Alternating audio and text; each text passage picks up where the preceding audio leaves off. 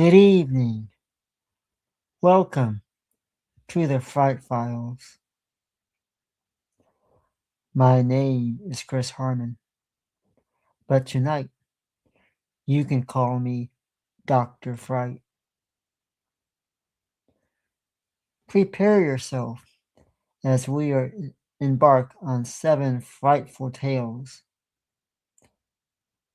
such as The Bleeding Portrait,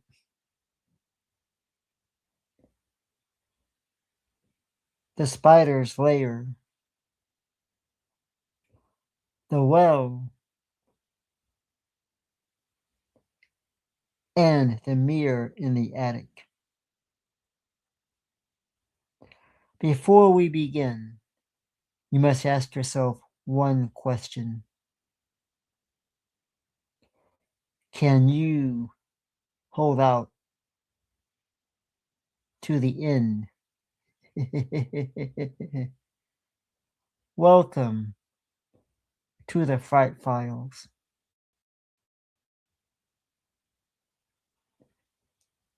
Let's begin. I call this first tale The Spider's Lair.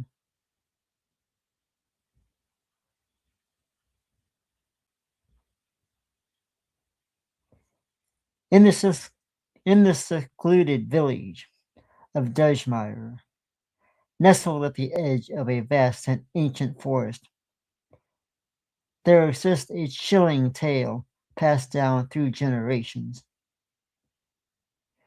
The story spoke of a monstrous spider that lurked deep within the woods, weaving its massive webs between the trees. The villagers claimed that the spider lured unsuspecting souls into its lair with promises of unimaginable treasures, only to ensure them in its deadly web and drain them of their blood. Now, folks, you see, most villagers avoided the forest, wary of the ominous legend. But there were always those who believed they could outsmart the ancient creature. Clara, a determined and fearless girl, had heard the tales of the spider since she was just a little child. Her family was struggling. Her father, once a proud farmer, was now too sick to work, and the crops had failed for the 3rd year in a row.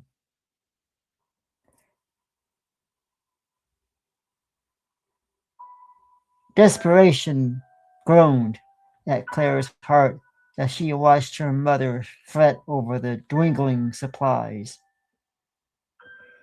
The promise of the treasures hidden deep within the forest was too tempting to ignore. It could be the answer to their prayers, a salvation her family desperately needed.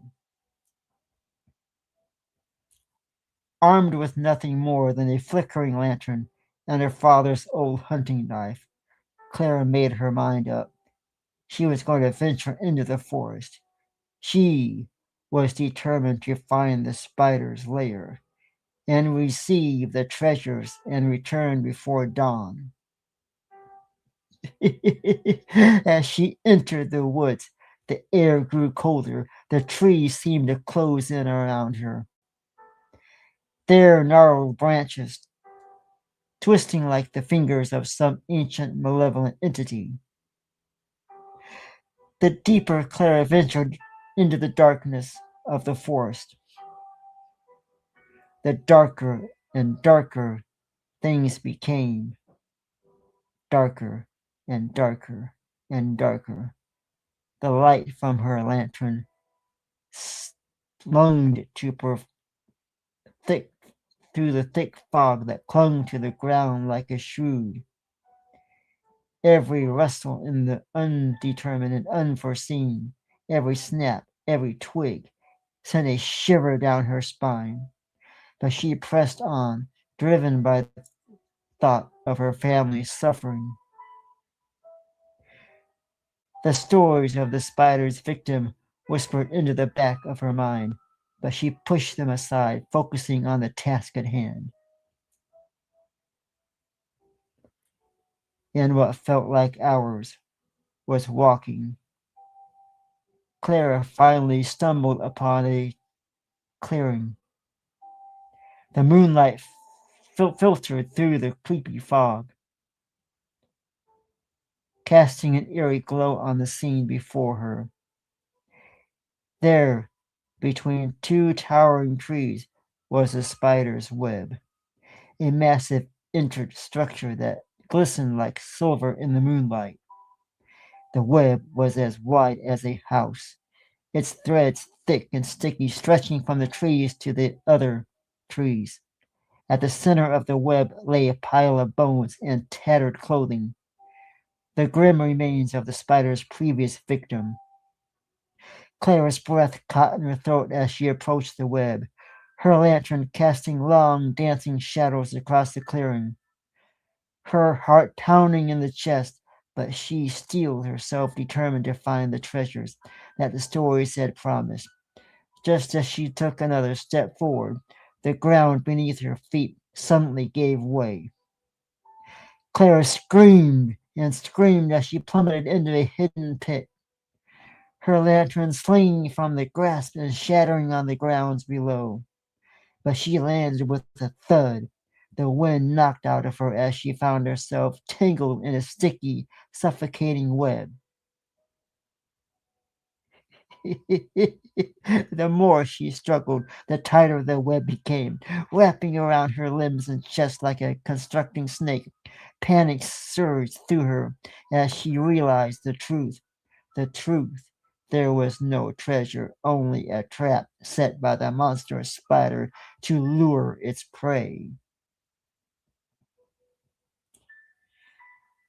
From the shadows, the spider emerged, its massive, hairy legs clicking against the ground as it approached. Its body was the size of a horse, covered in thick black bristles, and its eyes, eight gleaming orbs, reflected the dim light of the moon. The spider's fangs, sharp and glistening with venom, protruded from its goatee mouth as it slowly descended upon Clara, hunger burning in its eyes. Clara's mind raced as the spider loomed over its fangs, inches from her face. In a last desperate effect, she reached for her father's knife, her fingers fumbling to free it from its shelf as her wrist. With a fancy cry, she plunged the blade into the spider's soft underbelly.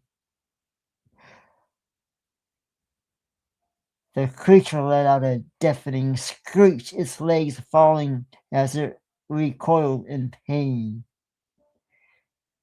Blood oozed from the wounds, dripping out onto the web. The spider retreated into its shadows, its screeches echoing through the forest as it disappeared from sight. For a moment, Clara thought she had won, that she had driven the creature away. But as she lay there, tangled in its web, she realized the horrible truth.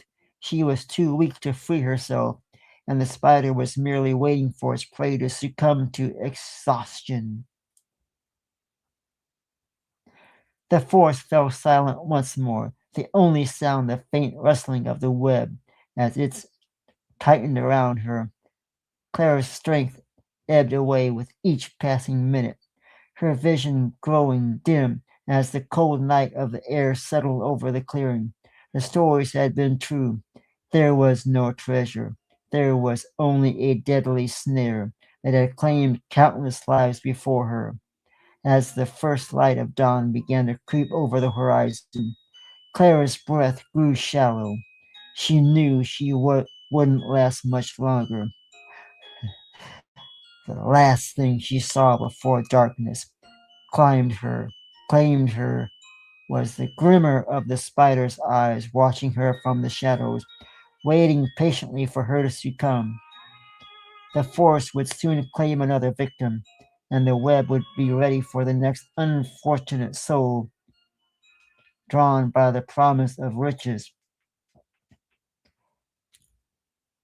And as so the legend of the spider's lair continues, a tale of greed, doom, whispered by the villagers to warn others from venturing into the cursed woods.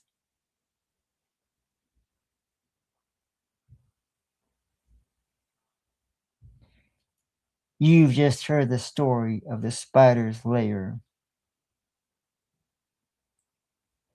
Now I want to say hello to everybody in the chat for whom is fan of Dr. Fright.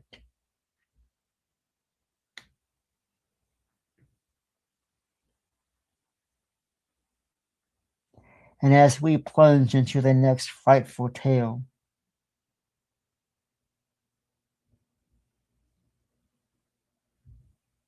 I must warn you, as this tale has some gruesome, frightful effects.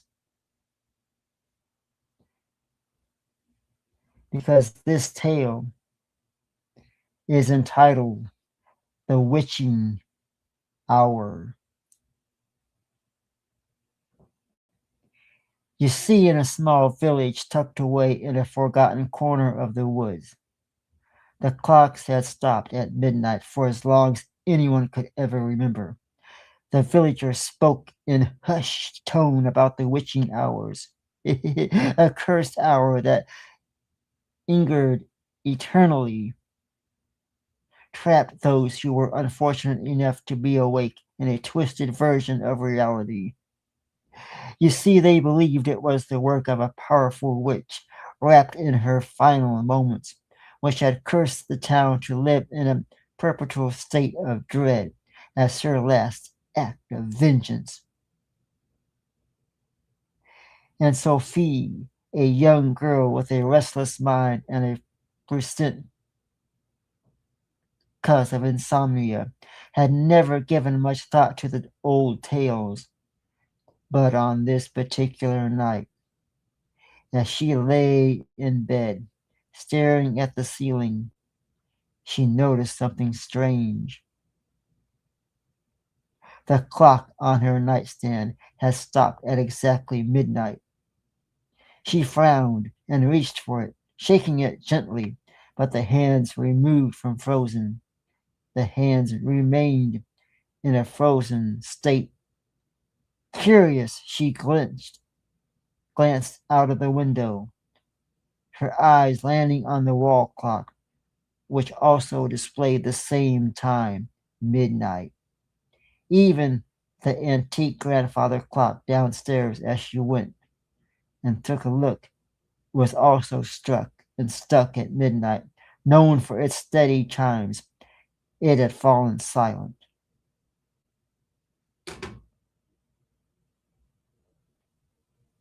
A shiver ran down her spine as she peered out of her window. The world outside seemed eerie still, bathed in cold shiver. Light of the full moon glared. The village usually so alive, even at night, with the sounds of owls and the distant rustle of the leaves, was now completely silent, and the moon hung in high in the sky, casting long, hunting shadows that seemed to stretch across the village like a dark figures.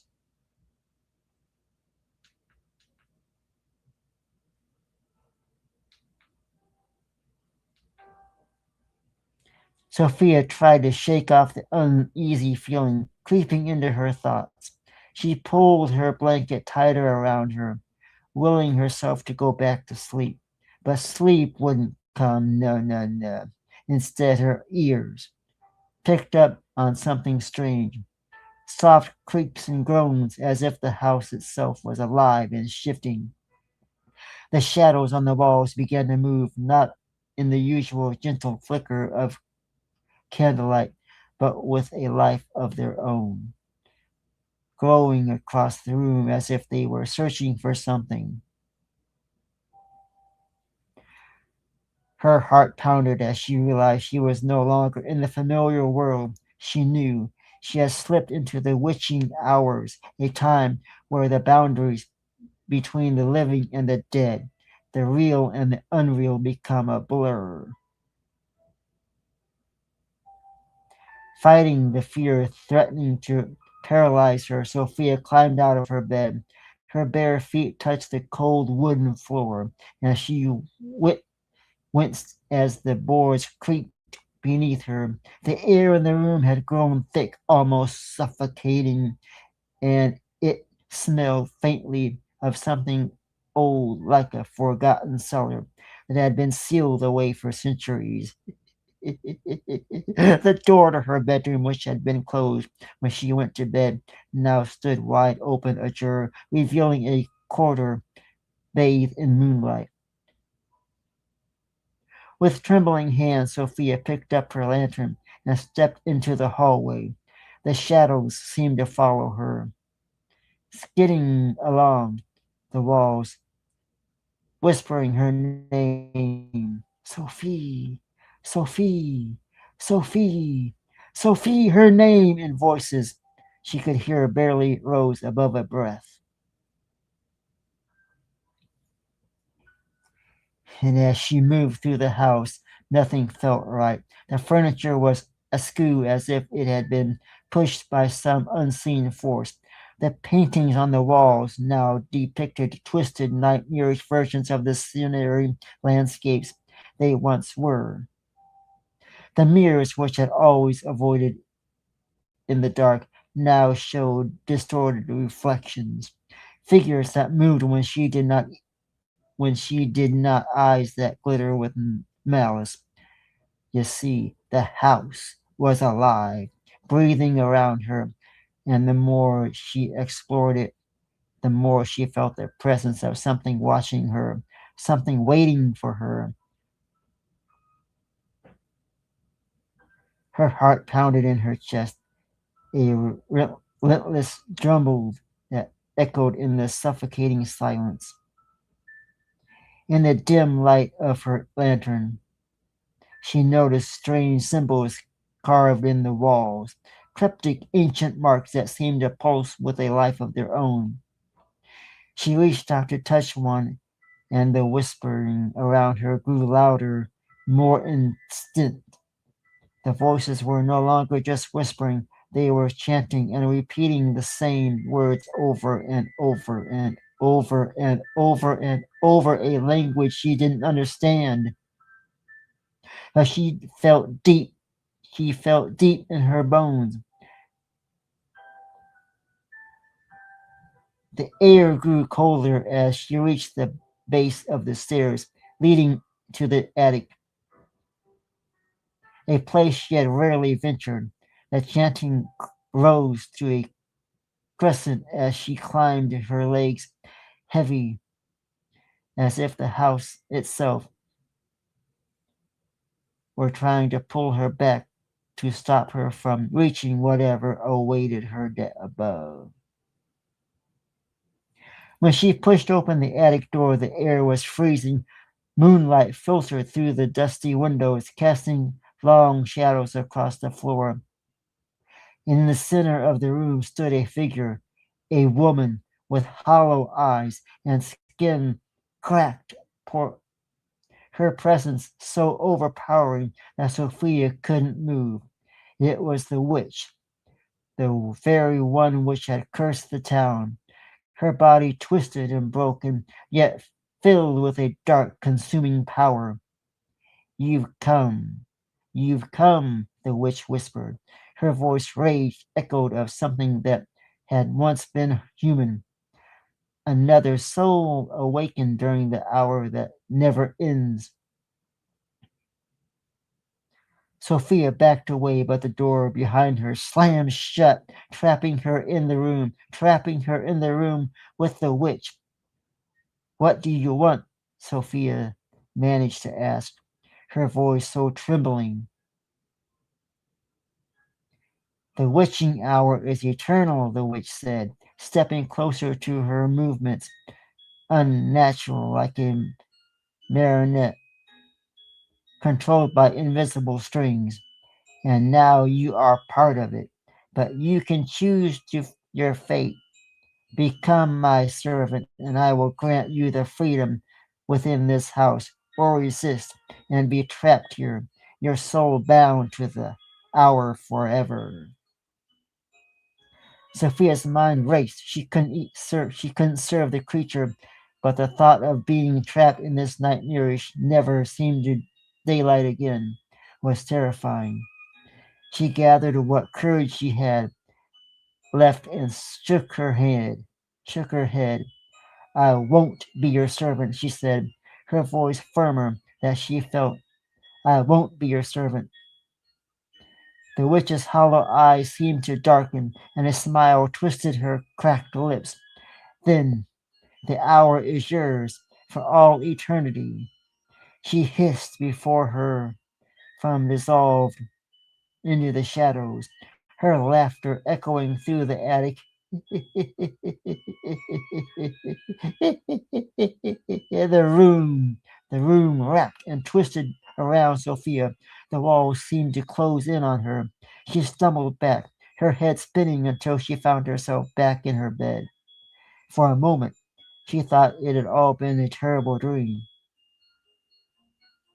But the room was just as cold, just as still, and the clock on her nightstand still read midnight. Breathing heavily, she turned to the mirror on the wall, hoping to see something familiar, something real, but the reflections that stared back at her wasn't her own. The witch's face, twisted and grinning, looked out at her eyes, gleaming with dark satisfaction. Sophia tried to scream, but no sound came out. Her reflection mirrored her terror, the witch's mouth stretching into the impossible wide grin.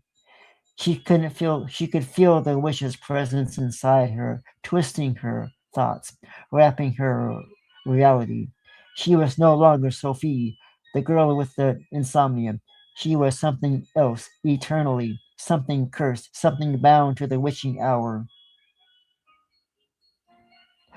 The clocks remained frozen at midnight, the village trapped in that hour forever. And Sophia, or what she had become, waited in the darkness, ready to ensure that the next soul, unfortunate enough to awaken during the cursed hour,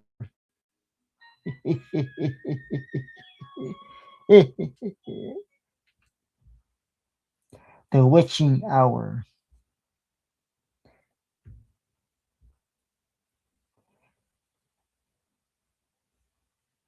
I want to thank everybody in the chat and everybody watching because you are fans of Dr. Fright. But now we must take a darker plunge into the night. We must take our souls down even to the more deeper depths, because I'm afraid this next story may be too much for some to handle.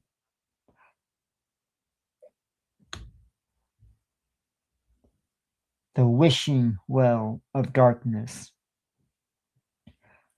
Because you see, in the heart of a remote fog, shrewd the villagers, nestled between craggy hills, stood an ancient well unlike any other. This was no ordinary well. The villagers whispered it was a wishing well, its waters rumored to be enchanted. Generations had posed down tales of how the well could grant the deepest desires of those who tossed in a coin and make a silent plea.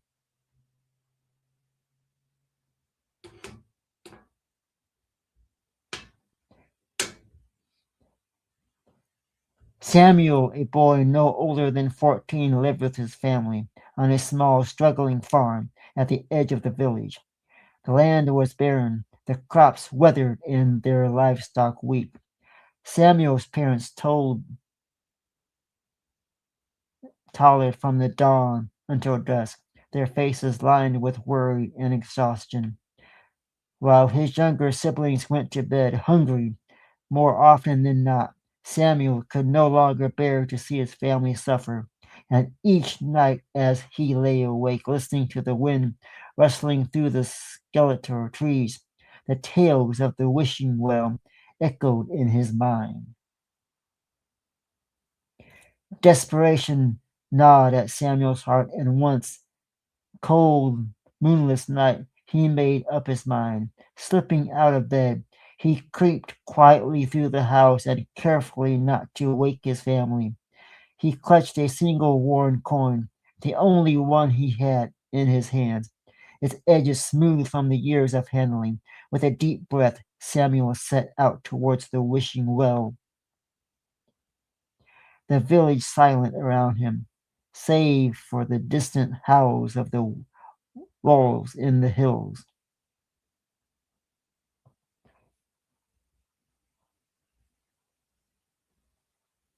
The well stood at the center of an average town, cleaning its stones thick with moss. An aged Samuel approached cautiously, his heart pounding in his chest as he peered into the dark, yawning mouth of the well. He hesitated for a moment, the warnings of the villagers ringing in his ears, but the image of his family's grown face spawned him. Closing his eyes, he whispered his wish, wealth wealth and prosperity for my family, enough to lift them out of this misery. With a trembling hand, he tossed the coin into the well. The water below rippled, the sounds unnaturally loud in the still night. As Samuel leaned over to listen, a voice, as soft and eerie like the wind through the trees, echoed up from the depths of the well, promising that his wish would be granted. Samuel shivered at the sound, an icy dread settling in his bones, but he forced himself to stand tall, believing that he had done what was necessary.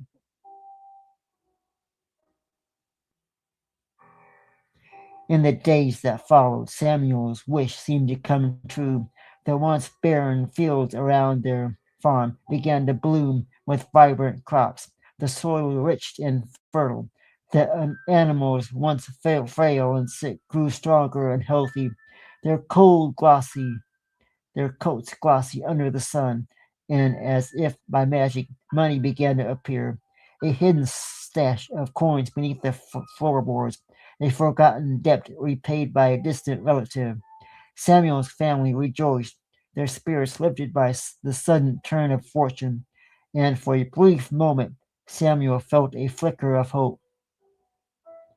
But with the newfound prosperity came a creeping shadow that darkened their lives.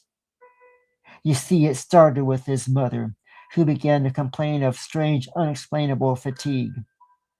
Her once lively eyes grew dull, and her skin turned pale, as if drained of life. Soon after, his father was struck by some illness, his strong, firm, withering away, as if something was spiring and draining his soul. His strength weakened. Even Samuel's younger siblings, who had been so full of energy, become lifeless, their faces hollow and their laughter gone, gone, gone, gone. And Samuel watched in horror as the family, once revitalized by wealth, now whistled away before his eyes. He had wished for their prosperity, but instead he had brought them the brink of death. The realization struck him like a blow. This was the terrible price of the well's magic. The wealth that had come so easily was being paid for with the lives of those he loved. Determined to undo the curse he had unleashed, Samuel returned to the well, his heart heavily with a guilt and fear. The night was as dark as the one when he had first made his wish. The well silhouette looming like a grim sentinel. He approached it with a sense of dread, knowing that the well's magic was not to be taken lightly. As he stood at the edge of the well, he shouted into its depths, pleading for the well to take back his wish.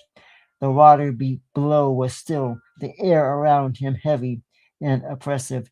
Then the same eerie voice echoed up from the well, but this time it was filled with mocking laughter. Wishes cannot be undone. Wishes cannot be undone. Wishes can never be undone, the voice whispered, echoing. But another scare face may break the curse. Another sacrifice may break this curse. Samuel's blood ran cold as the voice continued, offering him a chance. If he wished to save his family, he would have to offer something even more precious, his own life.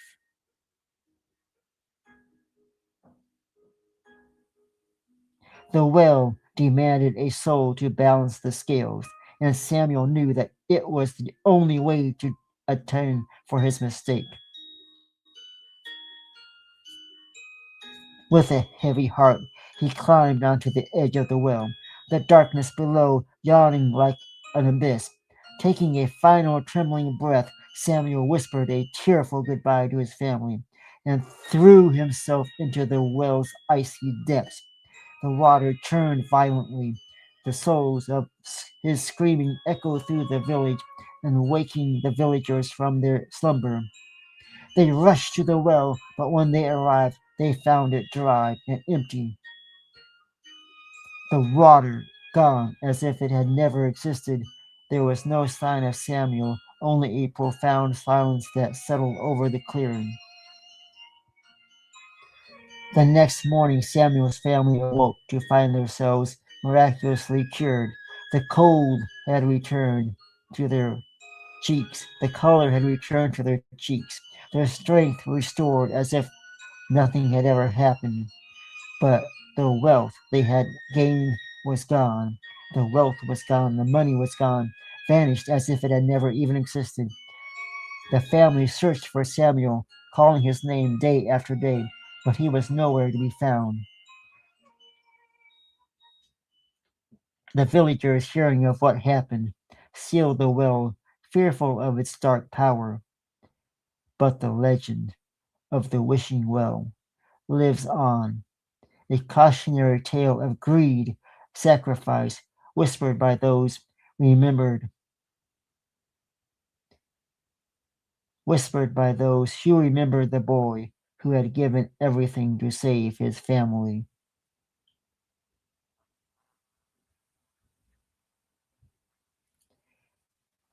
You are watching the Fright Files and the Well of Darkness.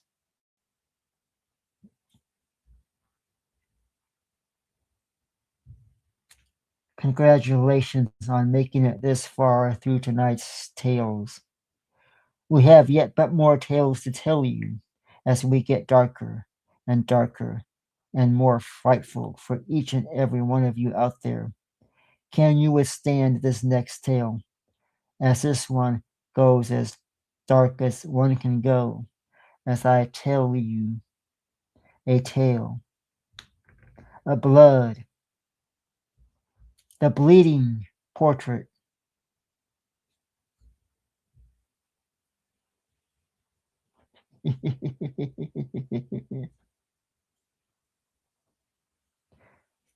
Nora had always been drawn to the mysteries of the supernatural, so when her family moved into the grand decaying mansion of the edge of the village, when her family moved into the grand decaying mansion, she couldn't contain her excitement.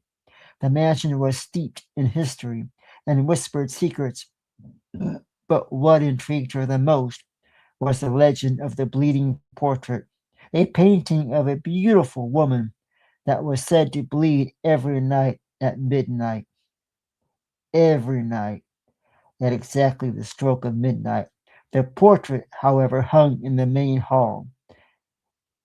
It was a source of fear and fascination for the villagers, who believed it was cursed. hunted by the spirit of a woman who had been murdered within the mansion's walls long ago. For the moment Nora saw the portrait, she felt a strange connection to it.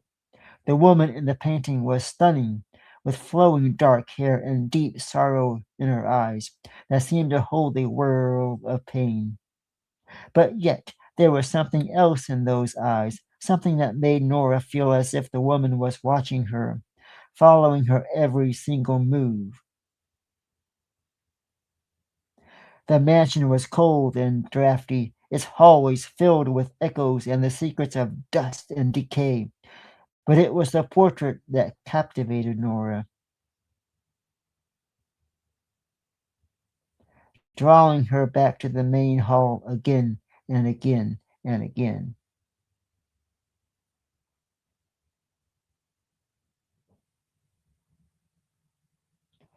Her family was less enthused.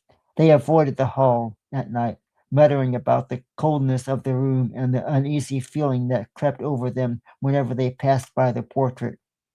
But Nora was determined to uncover the truth. The rumors of the bleeding portrait that circulated for generations, and she was eager to see for herself if the legend was real.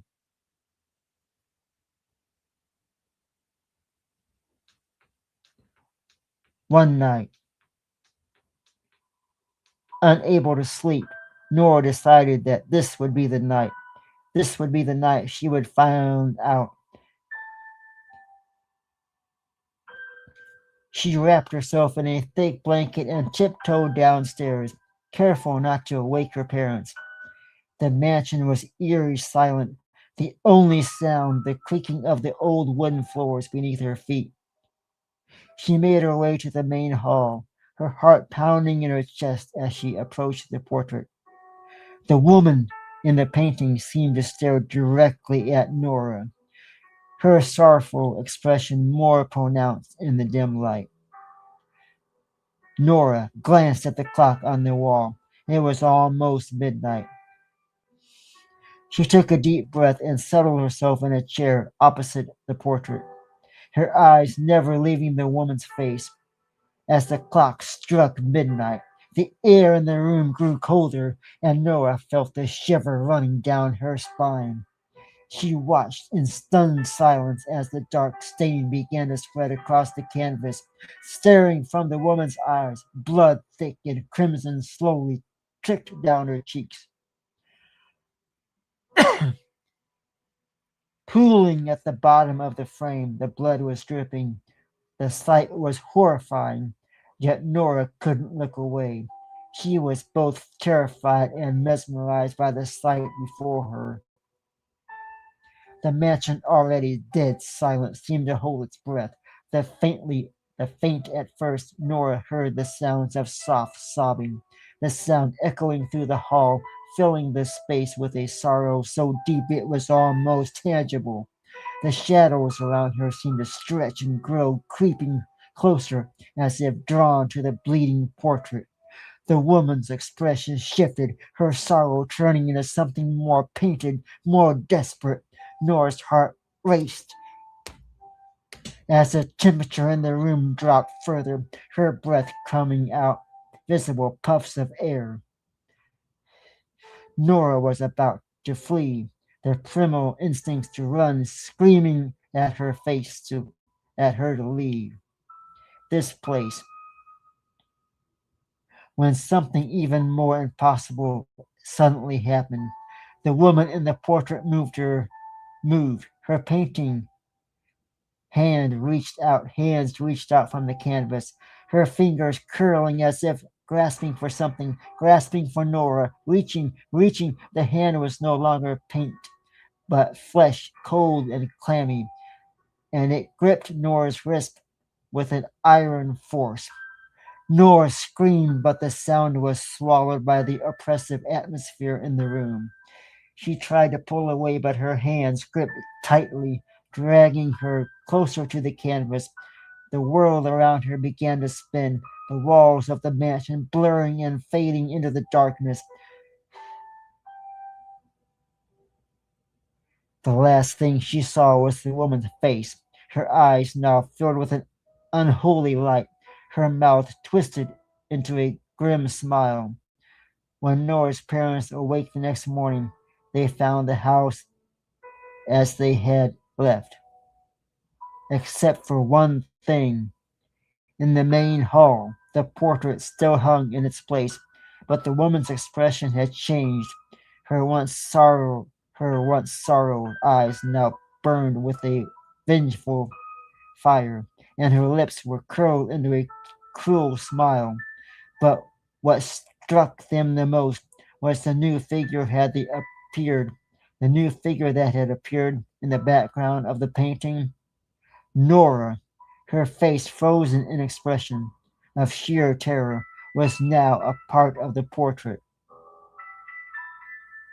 Her features were unmistakable, but her eyes, once filled with life and curiosity, were now wide and vacant, forever trapped in the painting she had dared to explore.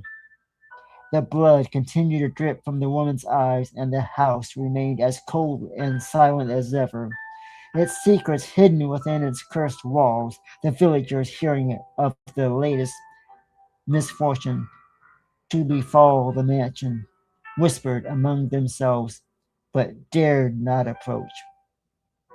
The legend of the bleeding portrait grew a tale caution for those who would meddle in the unknown. The mansion stood as it always had, grand and decaying, with the portrait hanging in the main hall, its new inhabitant doomed to an eternal silence, unending horror. The portrait waiting nightly, bleeding, reaching for its next victim to come along.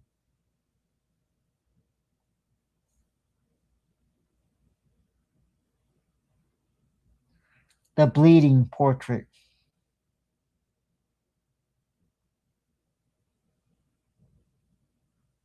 is not one to take lightly. If you ever approach the mansion and dare to go inside, be wary of the portrait, for at midnight it just may take your soul.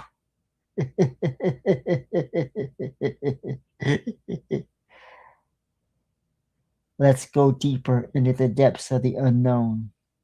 Let's go real deep, because this next story is about as deep as you can go. And if you ask why does this figure look so spooky, so frightful, it is because this story is titled The Puppet Master. You've heard of the Chucky doll. You've heard of a lot of strange and bewildering stories. You've heard of haunted dolls, haunted puppets. But have you ever heard of a story quite so frightful as what you're about to embark on? You see, in the heart of a small isolated town, where the nights stretched on it forever and the shadows seemed to linger just a little too long, there was a chilling tale whispered among the villagers that spoke of the puppet master, a sinister figure said to control the townsfolk like marionettes, manipulating them to fulfill its dark, twisted desires. Now, some believed the puppet master was a spirit of vengeance. Others said he was a remnant of an ancient curse. But all agree on one thing: those who fell under its control were never the same again.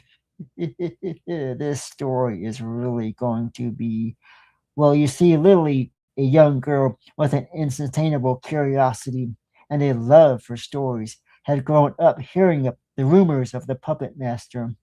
Like most good children, she had dismissed the tales of nothing more than a ghost story, meant to scare people.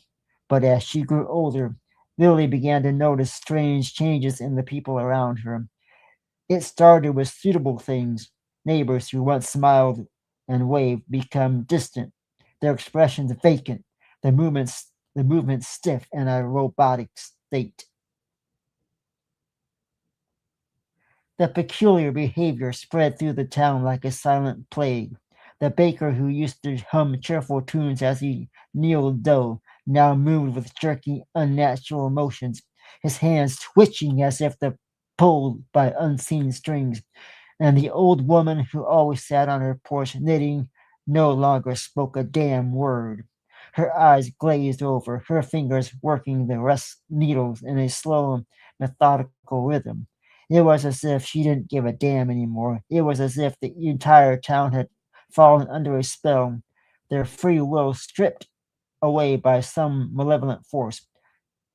And then, then one evening, as Lily walked home from school, smiling cheerfully, she saw something that made her blood run cold as hell. Standing beneath a flickering street lamp was a man. She recognized Mr. Turner, the town's postman, but something was terribly wrong. His eyes were wide and vacant, his mouth twisted in a sinister grin, and that didn't reach. His hands moved in a strange, jerky motions, as if he was struggling against invisible bonds. Terrified but unable to look away, Lily watched as Mr. Turner turned and began to walk down the street, his movements stiff and unnatural. Curiosity battled her with fear, and Lily found herself following him at a distance, his heart pounding, her heart pounding in her chest. The man led her through the darkened streets, past the quiet houses where the lights had all been extinguished until they reached the outskirts of town.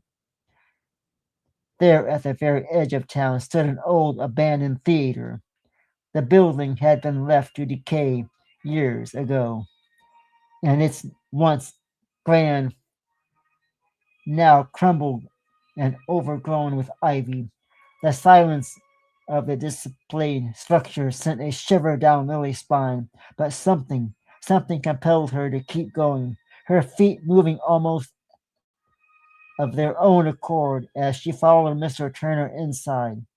The interior of the theater was dark and musty, the air thick with the scent of mold and dust. As Lily's eyes adjusted to the gloom, she saw row upon row of wooden puppets, row after row of wooden puppets, row after row, hanging from the ceiling, their lifeless bodies swaying gently as if in a breeze that didn't exist. The strings led up to a darkened stage. The stairs led up to a darkened stage as the fear at the end of the room.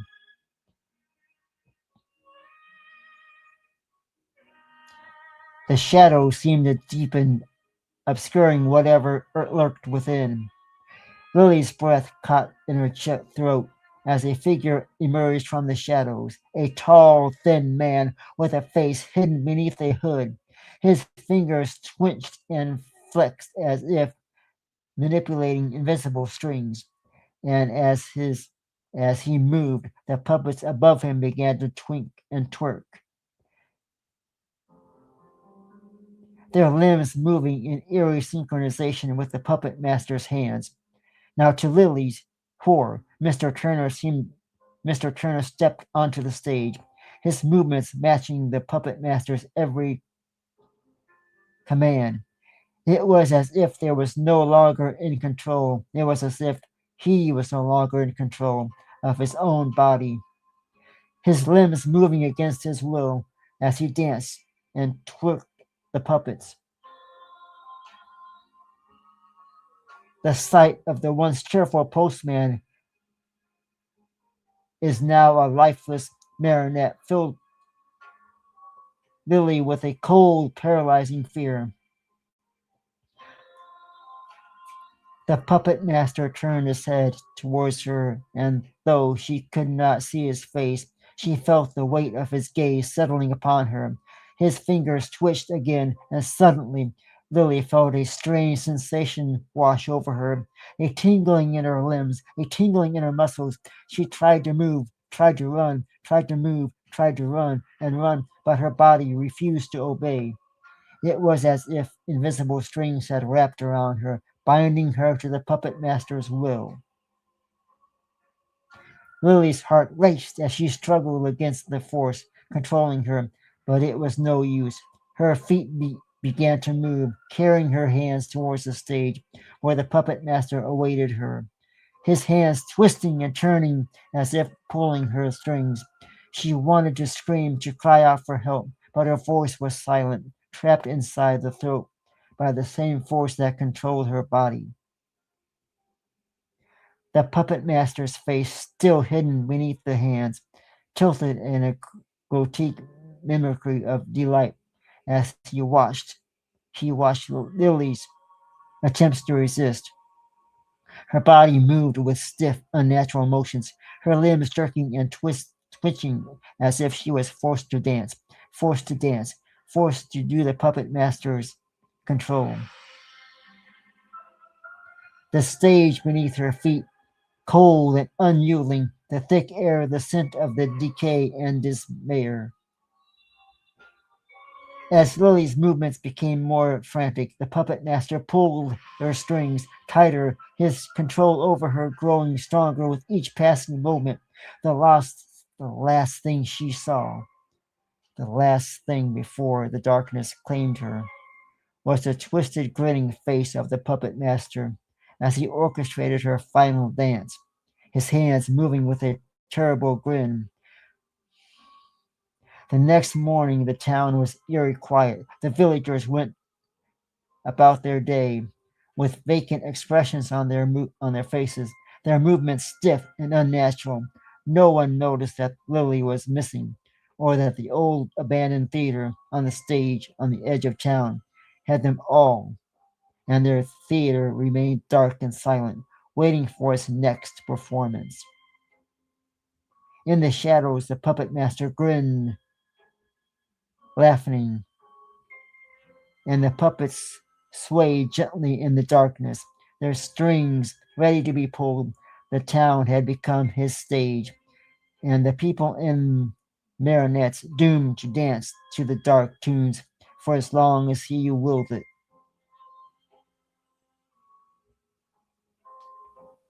The puppet master awaits his next victim to dance on the stage.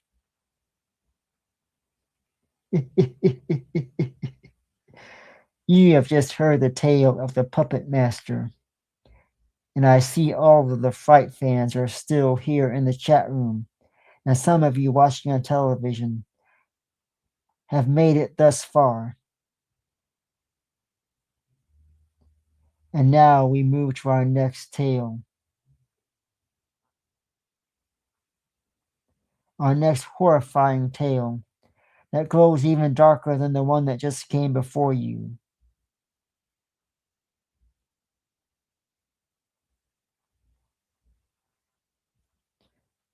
This is the tale of the mirror in the cellar. But I gotta warn you, when you hear this story, I want you to be very careful, because sometimes things are not what they seem. Sometimes even a story itself, let's just say, listen and watch at your own risk. Because you see at the far edge of town, where the streets gave way to the overgrown fields and the houses stood with sagging roofs and peeling paint, there was a house that no one spoke of. Its windows were dark, the woodwork cracked and splintered, and the garden long ago claimed by the wild broombees. But it wasn't the house itself that made people shiver as they passed by. It was the cellar beneath it, a place of dark legends whispered amongst the children and avoided their elders. The cellar, they said, was home to Mirror, a cursed object that trapped the souls of those who dared to look into it, pulling them into the twisted reflection of their own lives.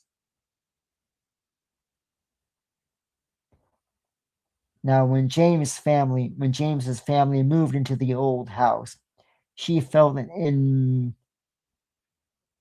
thrill of excitement.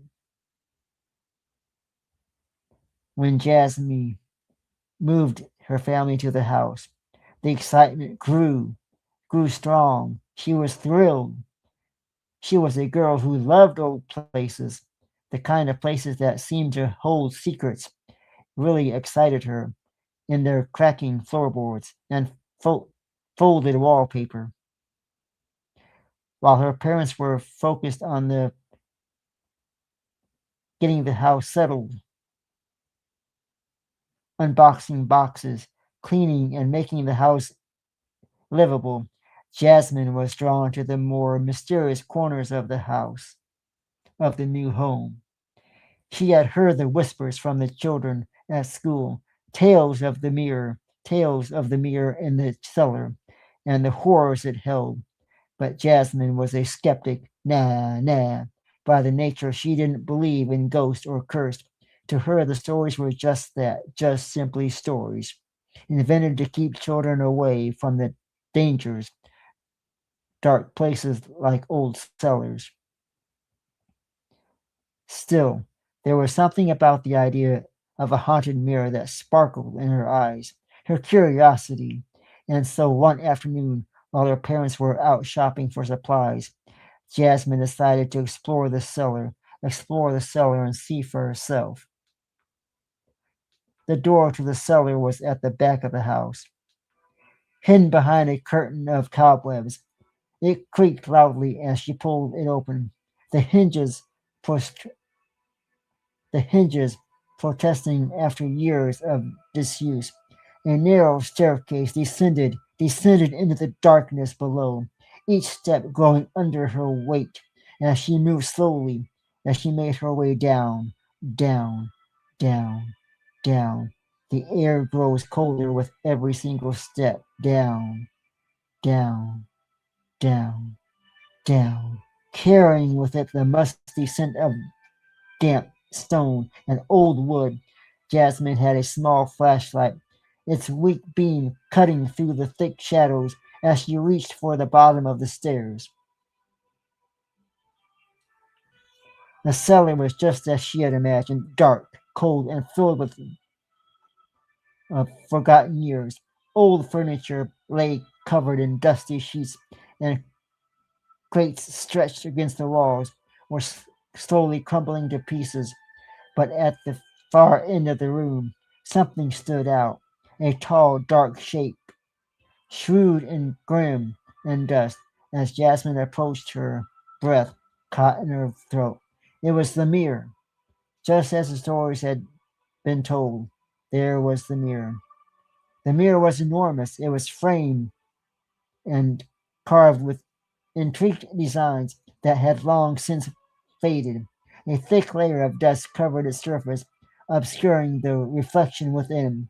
Jasmine hesitated for a moment, a faint whisper of doubt creeping into her mind, but she quickly shook it off. It was just a mirror, after all. With a determined breath, Jasmine reached out of her wide. Jasmine reached out and wiped away the dust with her sleeve. As the grime cleared, her reflection slowly became into view. But as soon as she saw herself in the mirror, a chill ran down her spine. Her reflection was there, but something was wrong. Something was terribly, terribly wrong. The eyes staring back at her were dark and hollow with empty voids that seemed to suck the light from the room. And the mouth.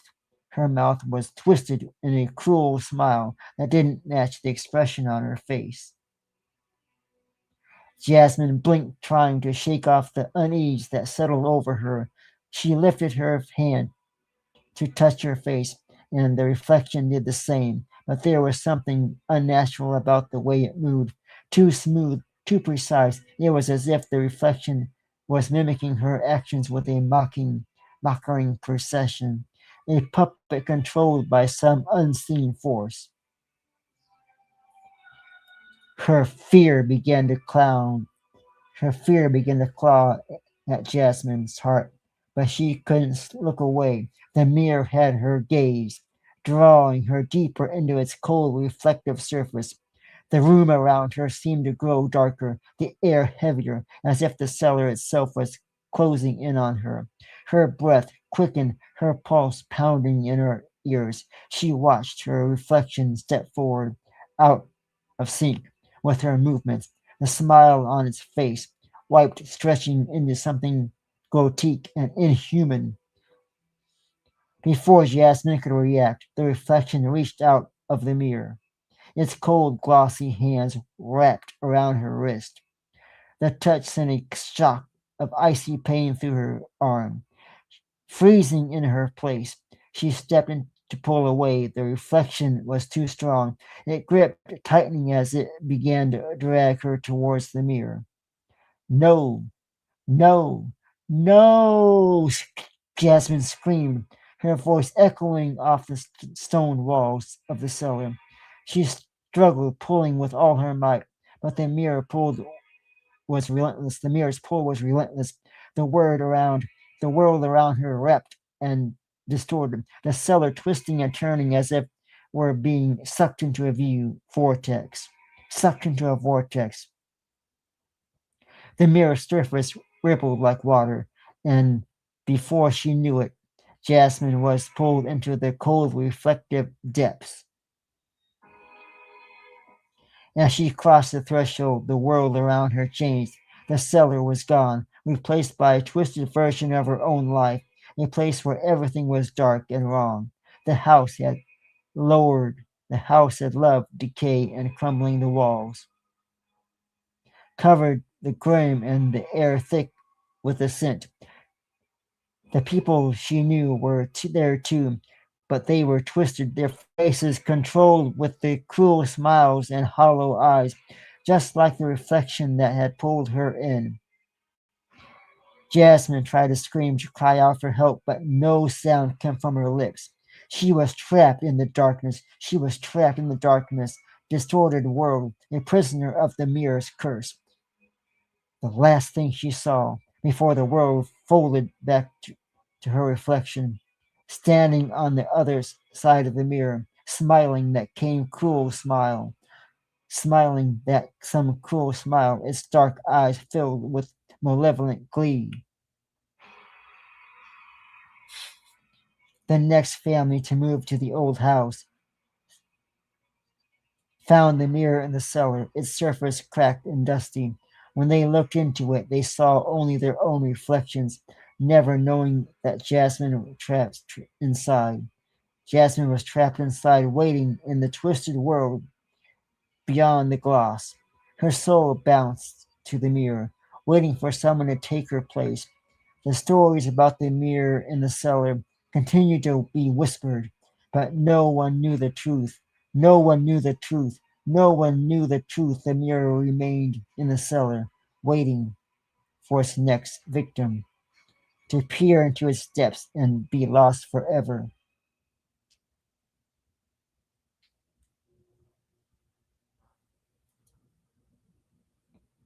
This haunting tale of the cursed mirror still makes headlines to this day for those who tell its story, for those who dare to venture to the area and go down to the cellar and look at the mirror, will also be poured into the curse.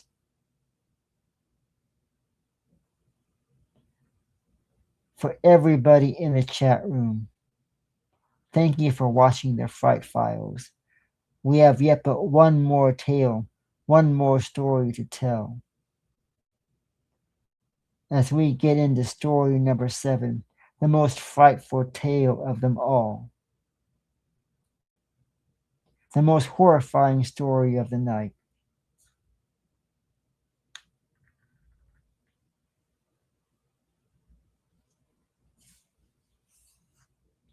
Congratulations, you have made it this far. Can you survive the final story of the evening, the most frightful tale of the night?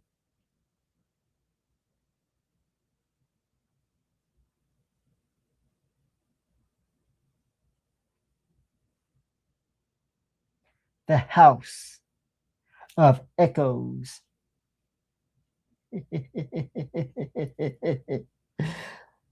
On the outskirts of a forgotten town lies a mansion known only as the House of Echoes.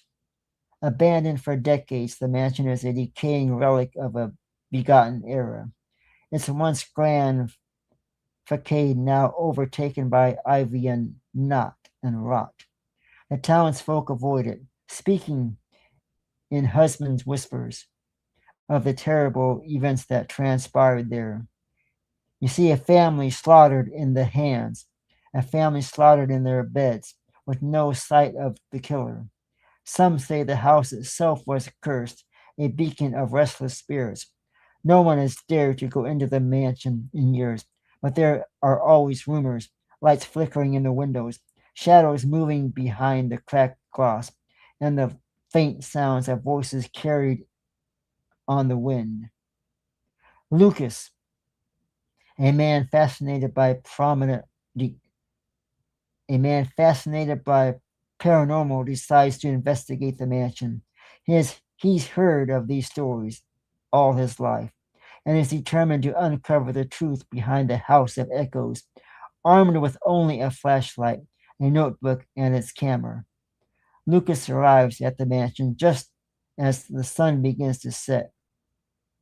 The air is thick with a scent of damp, earth, and decay, and the wind whispers through the trees as if warning him to turn back. But Lucas is undetermined. He pushes open the rusty iron gate, its hinges groaning in protest, and steps onto the overgrown path leading to the front door. The mansion looms before him, its windows dark and empty, like the hollow eyes of a skull. He takes a deep breath and pushes open the door, the wood crackling loudly as it swings inward. Inside, the air is cold, heavy, the walls lined with peeling wallpaper and dust-covered portraits. The floorboards creak beneath Lucas's feet as he moves through the foyer. His flashlight casting long, eerie shadows on the walls.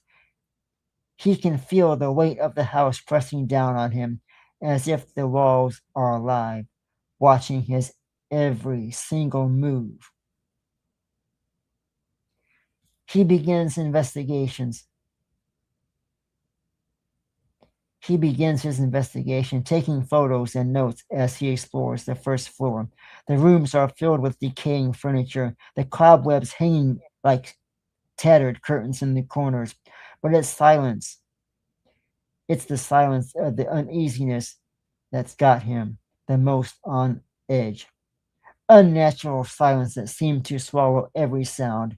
As Lucas climbs the grand staircase to the second floor, he hears something, a faint sound, almost imperceptible, like the distant echoes of the voices. He freezes, listening intensely, and there it is again.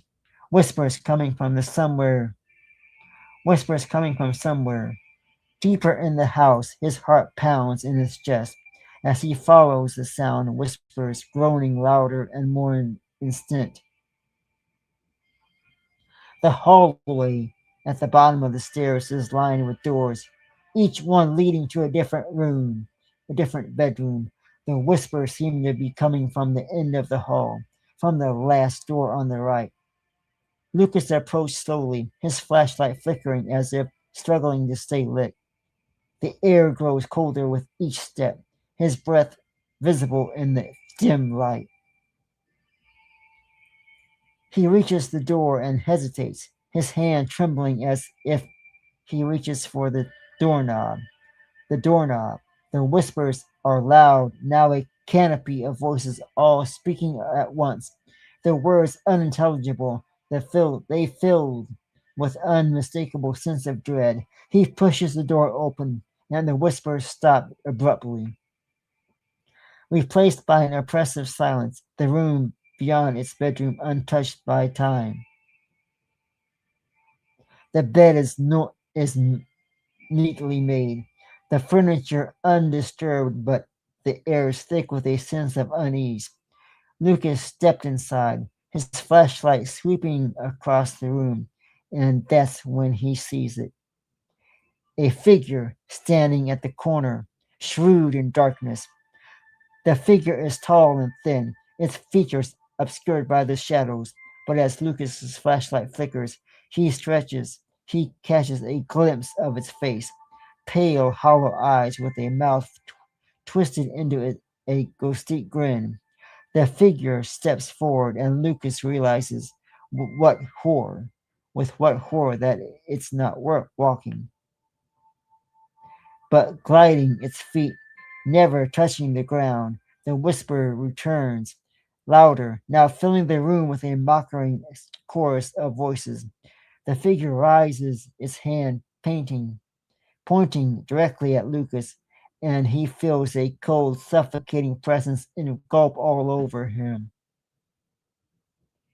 He tries to move, he tries to run, but his body's frozen, paralyzed by an unseen force. As the figure moves closer, Lucas feels his mind slipping, his thoughts growing. The whispers are once inside his head, now drowning out his own thoughts, filling him with a sense of overwhelming dread. The figure reaches out its cold and fingers, brushing against his forehead. In that moment, Lucas sees everything: the murders, the blood, the soaked, the trails that consumed the family in their final moments. The figure's grin widens, and Lucas realizes with a shocking jolt that it's feeding on his strong strength from the terror. He struggles to break free, but it's no use. The fatigue grips, tightens, and the feels in his soul is being pulled from his body, drawn into the darkness that surrounds him. And then just suddenly it's over. The fireplace, the figure released him, and Lucas collapsed to the floor, gasping for breath. The whispers fade, the room grounding eerily, silent. Once more, but nothing is different. The land feels the same. The house is no longer watching him, no longer pressing down on him. It's as if the house has taken what it wanted and it's now satisfied. It's now satisfied. Lucas staggers to his feet, his body trembling with exhaustion and fear. He stumbles out of the room, down the hallway, and out of the house, never once looking back. And as he reaches for the safety of the outside world, he takes a deep breath, and the cold night air filling his lungs. But he wakes up. He walks up away from the house, echoes. He hears something, a faint whisper carried on the wind, just as the edge of the hearing. He steps, his heart raising and listening. The whispers his own name, echoing back to him in the darkness. And then he understands. The house didn't just take his fleet. The house didn't just take his fear. It took a part of him, a fragment of his soul, leading him forever bound to the curse of the mansion. No matter where he goes, no matter how far he runs, he will never be free from the house of the echoes. For those who is alive and willing, for the house is alive and it's always finding a way to feed.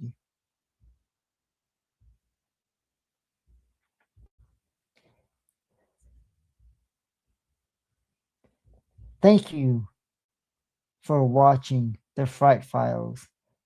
Thank you for making this episode number 7. Thank you for making it to this episode number 7, as you are now a legend of the Fright Files. For every soul that comes to this Friday Fest and makes it through all 7 stories, are fans of Dr. Fright and the Fright Files. I want to thank everybody here tonight for coming and making it till the end. Folks, I must return to the depths of hell, but I will be back next week for 7 more tales from Dr. Fright on another episode of the Fright Files.